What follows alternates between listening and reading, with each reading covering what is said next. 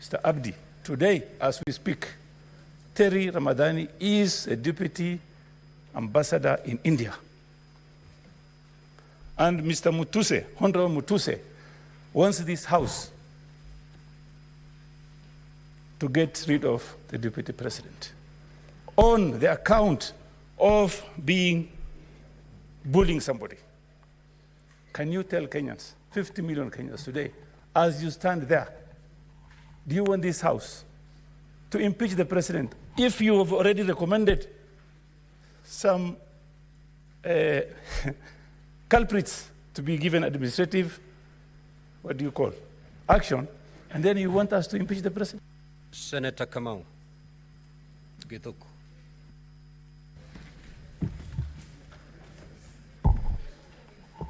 Thank you very much, Honorable Speaker. Honorable Speaker, I want to ask a question to the Deputy Chief Executive Officer. In the course of your investigation, is there anywhere that you have identified that the Deputy President of the Republic of Kenya, who you want impeached, influenced any tender award? Thank you, Honorable Speaker. And the senator was elected by the people of Kajiado, Senator Sek.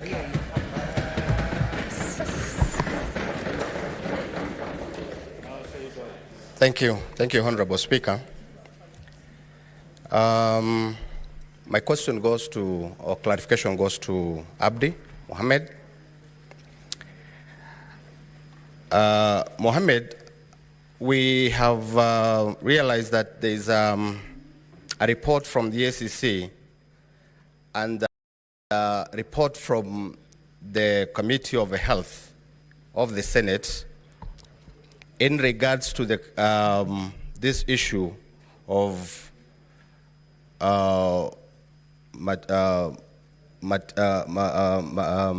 mosquito nets.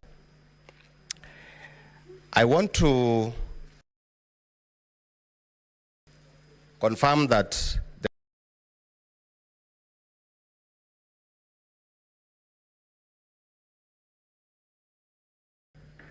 lost. I want you to demonstrate the role of this agent by the name Crystal Kenya Limited in relations to the Deputy President's office and more so regarding Gachagua. Thank you very much.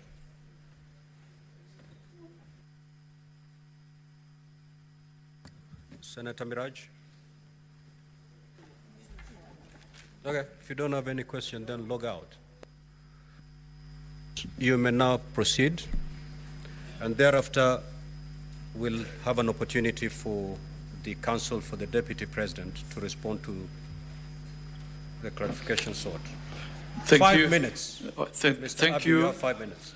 Honorable Speaker. In fact, I'll take less than 5 minutes. Senator Omutata, I think he raised the issue of whether the agreement of the Kenya Kwanza document or Kenya Kwanza government document is unconstitutional. I think that one is only the courts that can actually find whether that document is unconstitutional or not. It's not within my ability or powers, or rather to comment about the constitutionality or otherwise, and whether the document is null and void, and whether it contravenes certain articles of the Constitution. The second one was who is to blame for drawing unconstitutional agreements or documents. I think that is also something that can be tried in court in my view. If anybody suspects whether this document is constitutional or not, I think the best thing to do is to try it in our courts, and they will of course give directions on what can be done. Now, the other one was whether we have investigated any criminal conduct against the DP. I think I had indicated clearly that we have not investigated the Deputy President for any criminal culpability or any criminal case as far as EACC is concerned. Senator Chute, thank you very much for the compliment. I appreciate. Now, the issue of bullying of KEMSA officers or staff, I think that came from the CEO himself. And he gave evidence in this House that will be considered by the House, whether it is something that can stand the test or not. As for Terry Ramadan, we did our bit in terms of recommending this lady to be disciplinary action be taken against her for her role in this particular procurement. But because I indicated we don't have the compellence powers to enforce disciplinary or administrative action, I leave it at that. And whether our recommendation is for the impeachment of the DP, ours was to respond to the summons that was given to us by this Honorable House. It is for the House to do, that is their job. I wouldn't want to go there. We never recommended, I don't want to go there. Then whether there was anywhere where the DP influenced any tender, no, we do not have that, and we never submitted that. All that we said is what I'm going to say in the next response, which was raised by the Honorable Senator for Kajiado County, about the role of Crystal Kenya Limited and the connection between that company and the Honorable Deputy President of the Republic of Kenya. From the documents that we have and which we supplied, it is clear that this company, the directors are two sons of the Deputy President. Each one of them owns 200 shares. They are the only directors of that particular company. And that is the nexus between the Deputy President, Honorable Rigathi Gachagua, and that particular company. And that is our response as of now. So, Honorable Speaker, thank you very much. That's it.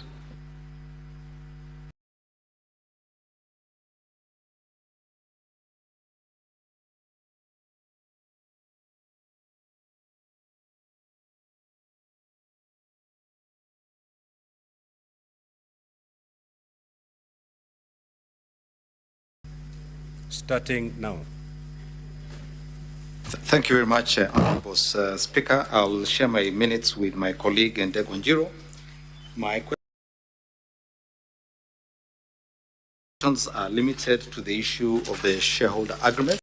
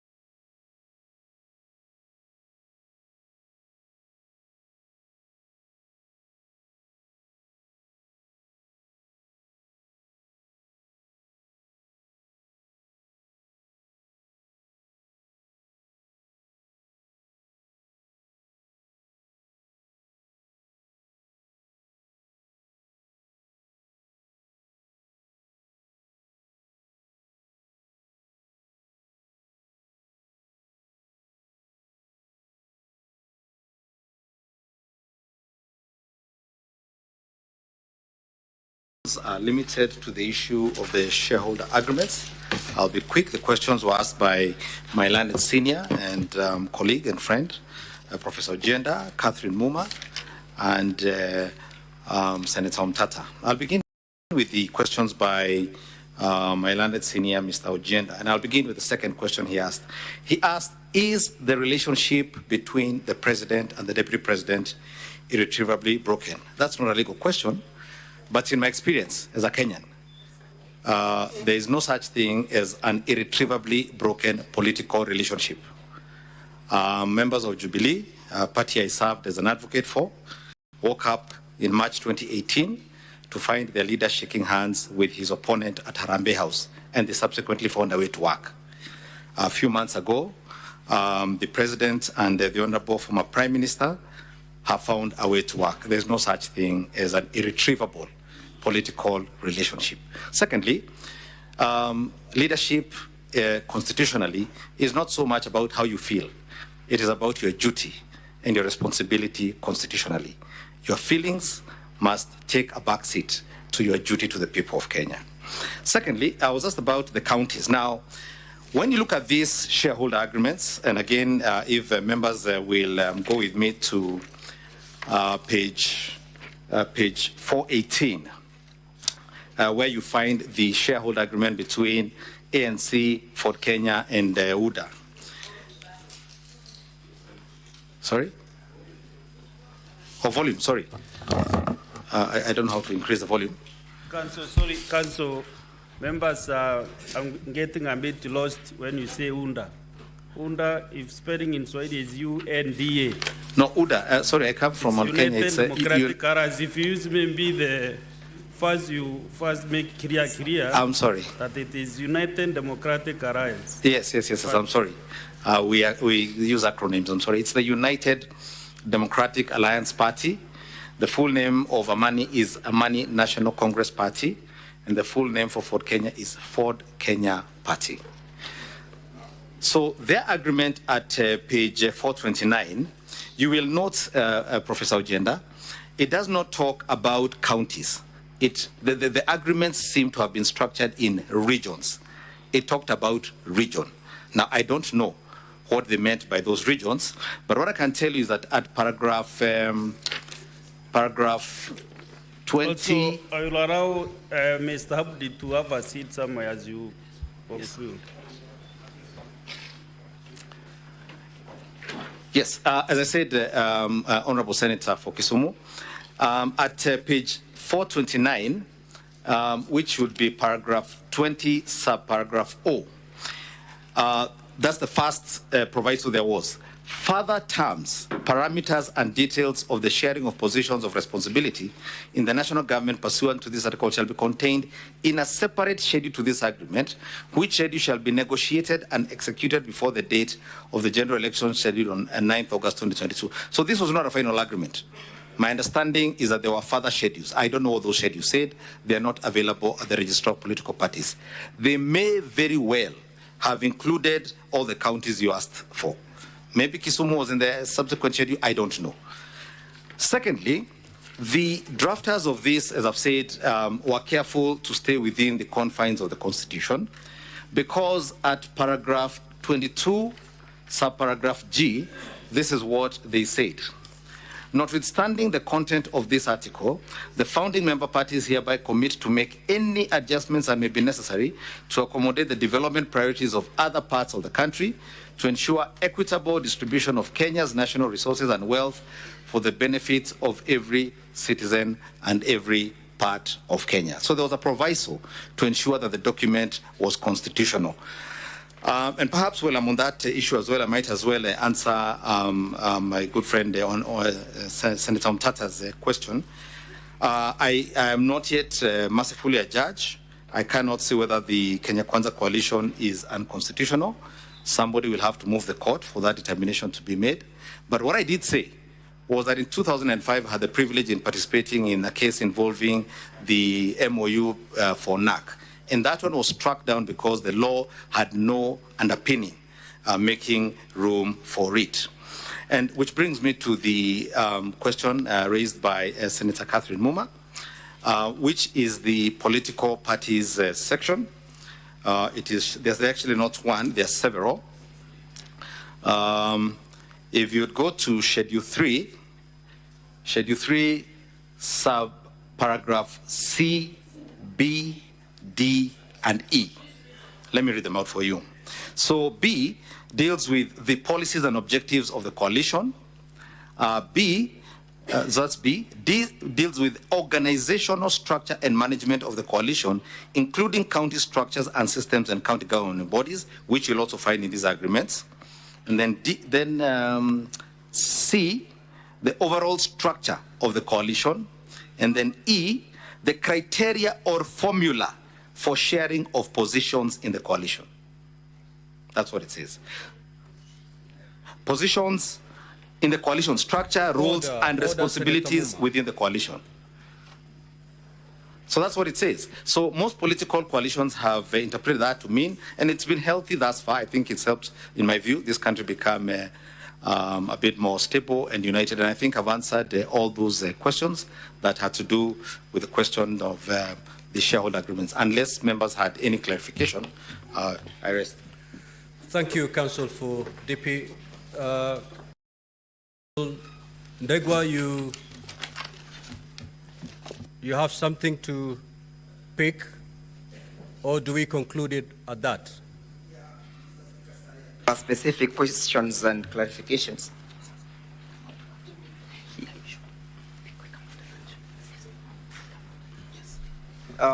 Noting at the mood of the House, perhaps I can indulge the House. I respond the same after lunchtime. No. After lunch, we are going straight to your main witness. Very well, Mr. Speaker, sir. So what we can do, Council Ndegwa, allow me to invoke Standing Order 34.2A for the convenience of the House to add 5 minutes. So the House will rise at 1:05 instead of 1. I am well guided by your wisdom. Yeah, Mr. Speaker, sir, there were 2 questions for the National Assembly side to respond. Okay, 2 questions. Then let's do this. Let's do this. Instead of the House rising at 1:05, we will rise at 1:15. So, Council Ndegwa, you'll take your 5 minutes, and then the rest shall be given to the Council for the National Assembly. I am well guided, Mr. Speaker, sir, the witness is asking if he can leave the Absolutely. He's discharged. Thank you very kindly, Mr. Speaker, sir. I was asked to clarify by Senator Joyce Carrill why I am dealing with the report from the Senate and what am I driving at. The report to the Senate is intended to indicate that none of the participants in that tendering process ever benefited from that particular process. All the 17 companies, none of them benefited, and that as a result or as a consequence of the failure to proceed to the next levels, the country did not lose even a single cent. A question was put to me why I am looking at the submissions by various parties and not going to the observations and the recommendations by the Senate. And just like a skillful legal surgeon, I have been able to point out various findings, submissions. For example, the submissions finding themselves at page 222, paragraph 107 and 106, 107 and 109 find themselves at the recommendation, at the observation of the Senate at page 271. So there is serious correlation between my findings as submitted by various parties who appeared before the Senate and the observations made by the Senate. So I dealt largely on what the Senate found as opposed to what the Senate had during the proceedings. Number 2, Mr. Speaker, sir, clarification was sought as to why the bid failed. And although that will be dealt with at length, permit me to draw the attention of the Assembly to page 108 of the volume 3 of the Deputy President's Body of Documents. You'll find a letter from KEMSA dated the 5th May 2023, being a notification to Shobika Impex Private Limited. And it reads, the reference is made to the above tender and advised that the tender was unsuccessful due to the following reasons. 1, tender security was not paginated. Number 2, please plan to collect your bid security from the procurement office immediately. It may be of interest to note the date when this letter is being generated is the 5th of May. It also be of interest to note when the alleged bullying and intimidation occurred. This letter precedes the alleged bullying, alleged intimidation.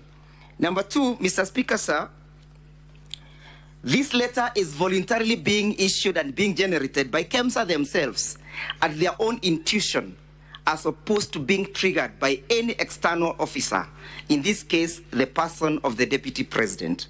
In their own volition, KEMSA triggers and invites Shobika to come and collect their bids, and on witness, Mr. Speaker, sir, the witness confirmed that this is always the end of a failed bid. Finally, Mr. Speaker, sir, permit me to draw the attention of the Assembly to the matter in issue. That is at page 36 of the volume 1 of the impeachment motion. The matter in issue that is subject for interrogation, Mr. Speaker, 45 seconds. As I pen off, is not whether the tenders were responsive, whether the country lost any money, whether investigations were done, whether there was conflict of interest, whether there were gifts that accrued therefrom. The question in issue is, did the person of the Deputy President bully the officer? Was there evidence? So let us not lose ground or focus on the ground on the matter in issue, so that we focus and we put the train on rail. Thank you, Mr. Speaker, sir. Counsel for the National Assembly, take us to the rise of the House. Mr. Speaker, sir, how many minutes? 10? You have 9 minutes. Yeah. Thank you, Mr. Speaker, sir. I am here to respond on behalf of the National Assembly on only 2 questions. Mr. Speaker, sir, listening to the Deputy President's side, I believe they have misunderstood the nature and context of ground number 11. And there was a question by the Senator whether we have substantiated ground number 11 on bullying of KEMSA officials. Secondly, there was a question also on whether there was loss of public funds in this tendering process.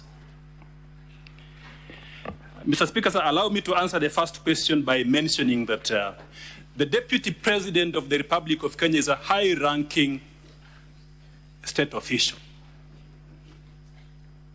The Republic of Kenya, the polity of the Republic of Kenya is based on certain fundamental national values and principles of governance.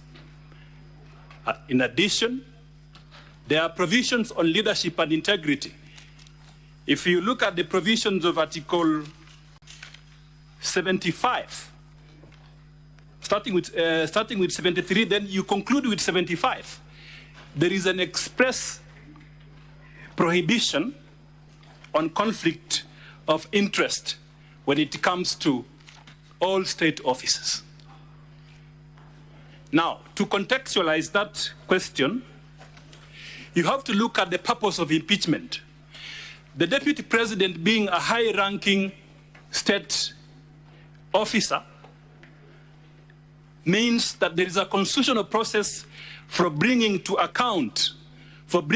into account to question his conduct. And that is why you have this process of impeachment. Impeachment is about political responsibility. It's about governance. Impeachment is not about criminal culpability. It's not about gathering evidence for purpose of taking him to court. It's about bringing him to account on what he has done from a political standpoint, and that issue of the distinction of criminal processes from impeachment has been clarified by the Supreme Court of Kenya. The Supreme Court of Kenya, in the case of Mike Sonko, was expressed clear and unequivocal that impeachment is about those values, ethos in Article 10 and the provisions of leadership and integrity in Chapter 6. Now, if you look at the way ground number 11 has been coached, ground number 11, Mr. Speaker, sir, ground number 11 talks about gross misconduct. Now, the Supreme Court of Kenya has interpreted what amounts to gross violation, which in context then means gross misconduct. And the conclusion is that when you violate these core values in Article 10 and the provisions of leadership and integrity, then you are guilty of gross misconduct. You are guilty also of gross violation of the Constitution. Sometimes you are guilty of abuse of office. So to put it in context, if you look at that charge that we have put in ground number 11, it's bullying of KEMSA officials.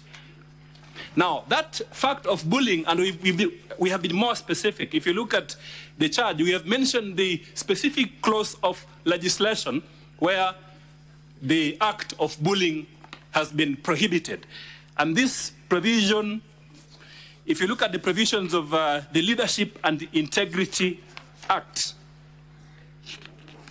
the provisions of the Leadership and Integrity Act specifically prohibit bullying of bullying by state officials. And in that context, then you can see that in terms of the allegation that we are making and the evidence which has been submitted before this House, especially that call which was made by the Deputy President. The call was made by the Deputy President to a KEMSA official. Why would the Deputy President be pushing the interests of a commercial, the commercial interests of a private company? That is crystal clear when you look at his own admission in his response to this allegation. The Deputy President has admitted that he lent the sum of Kenya shillings 200 million to Crystal Company to acquire some hotel in Nyeri. This is the same company which the Deputy President is making a call to KEMSA to consider. And a senior KEMSA official, in this case the managing director, goes to EACC in a tender process. Mr. Speaker, I was just wondering which clarification my learned colleague is responding to, because the time for submission is in the evening. Yes, Counsel from the National Assembly. Yes, Mr. Speaker, so I'm just concluding that it's an impeachable offense to make the link. Very well. Now conclude. Yes, so, Mr. Speaker, sir, if you look at then the evidence which has been submitted by Dr. Mulwa, that he received a call from the Deputy President, who is a high-ranking state official, to go to EACC, and then he went to EACC to collect evidence, which EACC had gathered for purposes of submitting that tender to the Deputy President or his conduct, in this case, his son. Then what we are saying is that that act by the Deputy President then constitutes a violation of the provisions of the Leadership and Integrity Act, specifically Section 34 of the Leadership and Integrity Act, and that amounts to bullying. And to that extent, we are submitting that charge has indeed been substantiated in all its four corners. On the second question, and here again, it appears there is a misnomer. To prove an economic crime, you don't need to prove that there was loss of funds. An economic crime in this case occurs when a sitting Deputy President, in a tendering process, he makes a call, which the recipient then interprets in a different way, perhaps to influence the tendering process, or perhaps to for certain decisions to be made in favor of that person. And the person who is making the call is a sitting Deputy President. That is why then the provisions of the Constitution prohibit conflict of interest. If you may, I think my learned friend has enjoyed a lot of latitude in respect to responding to issues that were not sought for clarification. I was taking note of all the issues that were sought. and the issue that council is responding to are not among those that were sought. And if they were, then you need to indicate from which particular senator did seek that. Council for National Assembly, reserve other matters for submission. Yeah, Mr. Speaker, so I'm responding to the question of whether there was loss of funds. That was not sought for clarification. It was sought by a senator. And, it was sought. It was sought. It was sought. Yeah. 1 minute. Yeah. So, Mr. Speaker, sir, in this case, evidence has been led. If you look at it from one perspective, evidence has been led by Dr. Mulwa that indeed there was a delay in this procurement. Secondly, fewer nets were supplied. Thirdly, there was a question concerning the costs incurred in this tendering process, and the evidence was that 55 million shillings was incurred in this tendering process. It came from the mouth of Dr. Mulwa. So to that extent, you can see there was some loss. Whereas the tender was financed by the Global Fund, from our own perspective, we lost a lot, not only from a monetary perspective, but also from the other factors. What about Kenyans who did not access this malaria, these mosquito nets and were exposed to malaria? Is that not a loss which is non-monetary, and therefore, to that extent,